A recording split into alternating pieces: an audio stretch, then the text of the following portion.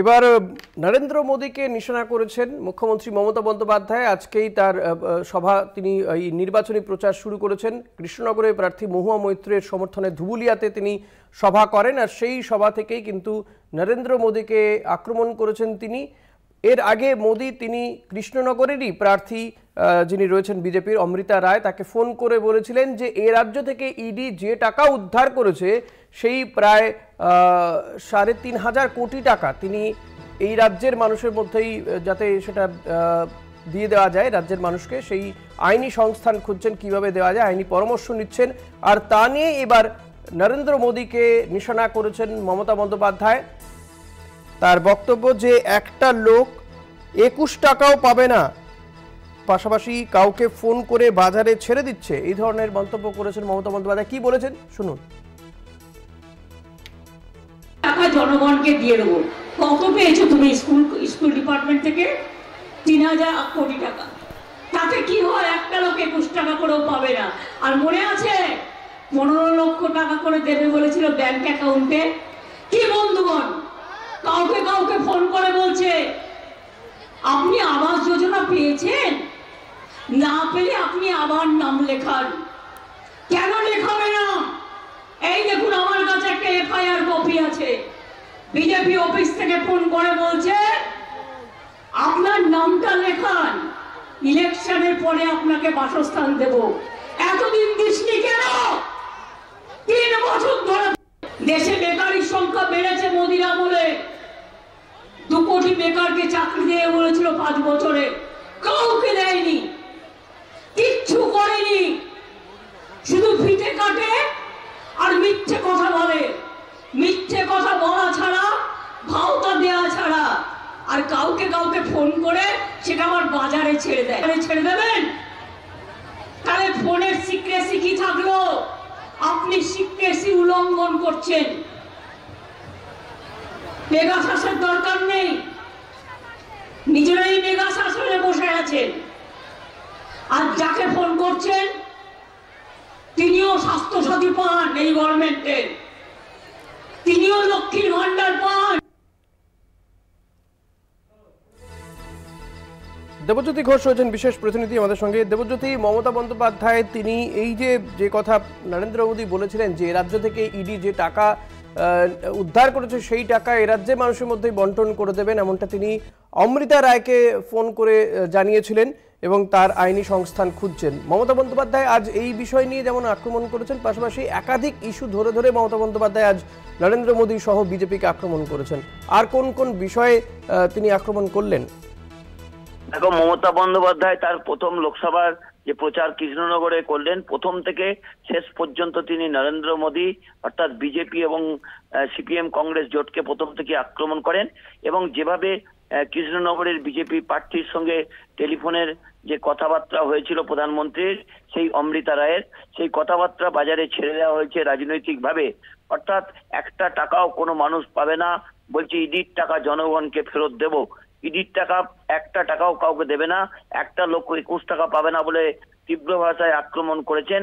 এবং তিনি বলেছেন যে পরিকল্পিতভাবেই বাজারে এই ফোন রেকর্ডকে ছেড়ে দেওয়া হয়েছে, সেখানে কোনো গোপনীয়তা রক্ষা করা হয়নি, অর্থাৎ গোপনীয়তাকে লঙ্ঘন করা হয়েছে।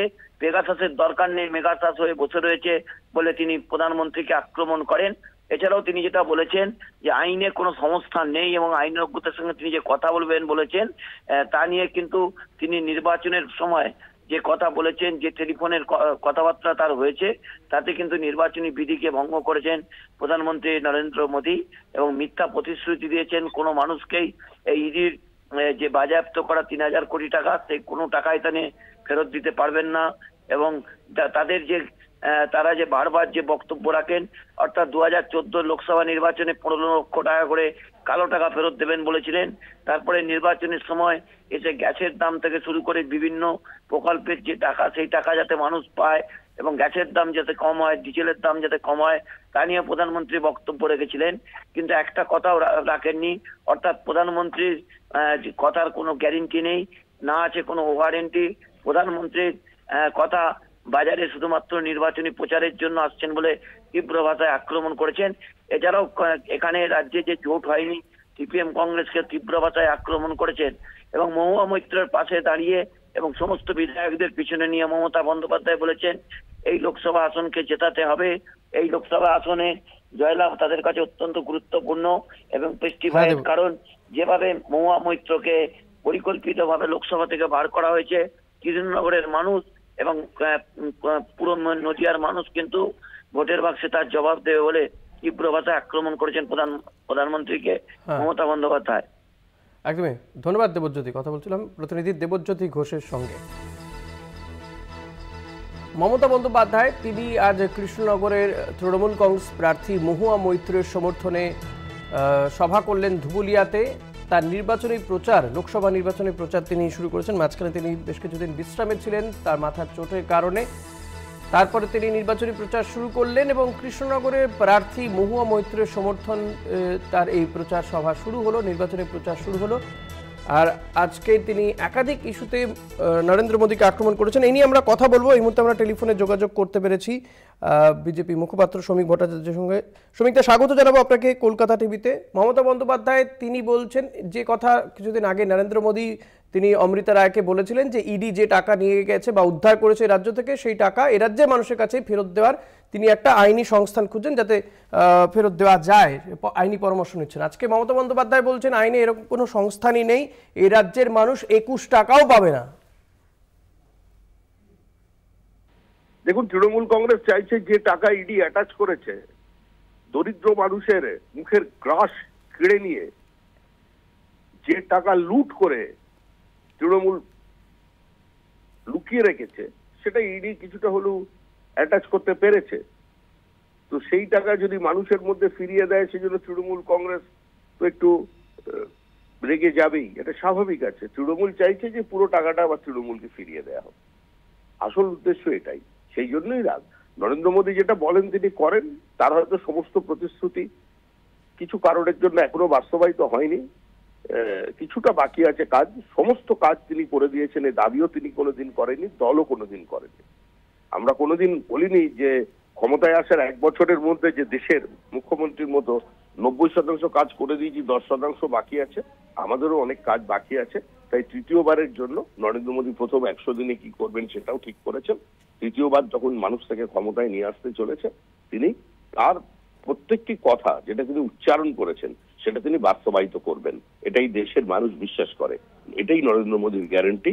নরেন্দ্র মোদীর গ্যারান্টির অর্থ গ্যারান্টি পুরো হওয়ার গ্যারান্টি। শ্রমিকদের পাশাপাশি মমতা বন্দ্যোপাধ্যায় বলছেন ভোটের আগে এই ইডি, সিবিআই, এনআইএ এদেরকে ব্যবহার করছে নরেন্দ্র মোদীর সরকার।